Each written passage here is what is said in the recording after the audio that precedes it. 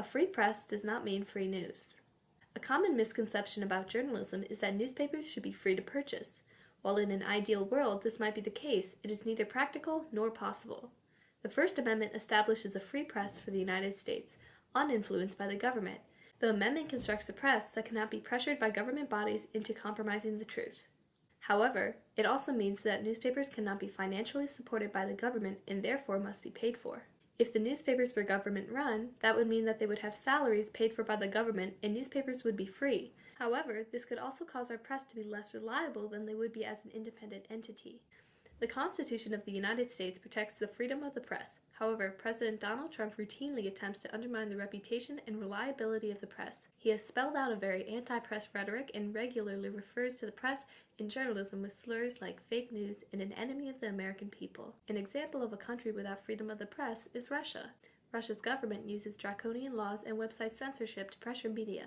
They use state-run propaganda and have pressured independent news sources out of business. At least 5 journalists are currently detained because of their reporting. Maintaining a free press is incredibly important. It acts as a form of checks and balances for the government and big corporations. A well-known example of the press holding the government responsible is when the Washington Post published the Pentagon Papers, exposing the lies the United States government told the public. Another example is when the Boston Globe revealed the sexual abuse within the Catholic Church. While the press may be criticized for revealing inconvenient truths about politicians or discredited as an institution based on the sloppy work of a few journalists, their work is still incredibly important. 36% of newspapers have suffered layoffs between January 2017 and April 2018. Of those newspapers, larger circulation newspapers are more likely to experience layoffs. Newspapers are a key source of local information. However, 69% of Americans believe that if their local newspaper no longer existed, it would have no impact on their lives.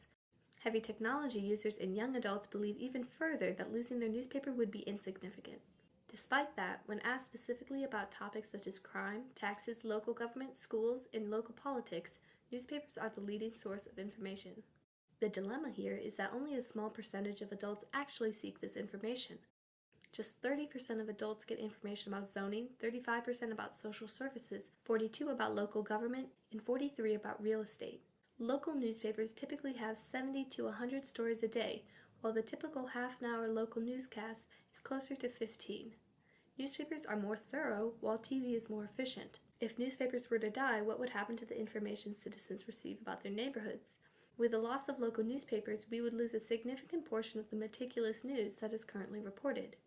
Originally, people expected social media to connect people from around the world.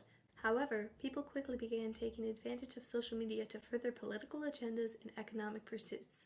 One of the biggest challenges with social media is balancing protecting anonymity and enforcing consequences for abusive behavior.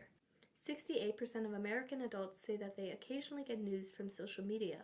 Over half expect the news they find on social media to be largely inaccurate. In a survey, the majority of people stated that they believed people at their best and their worst are empowered by networked communication technologies. Despite all the upsides of newspapers, the press is of course not perfect.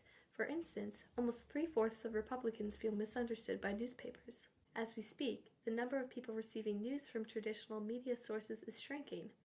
Despite the importance of newspapers, they are being quickly replaced by blogs and online news sources, the reliability of which is unknown.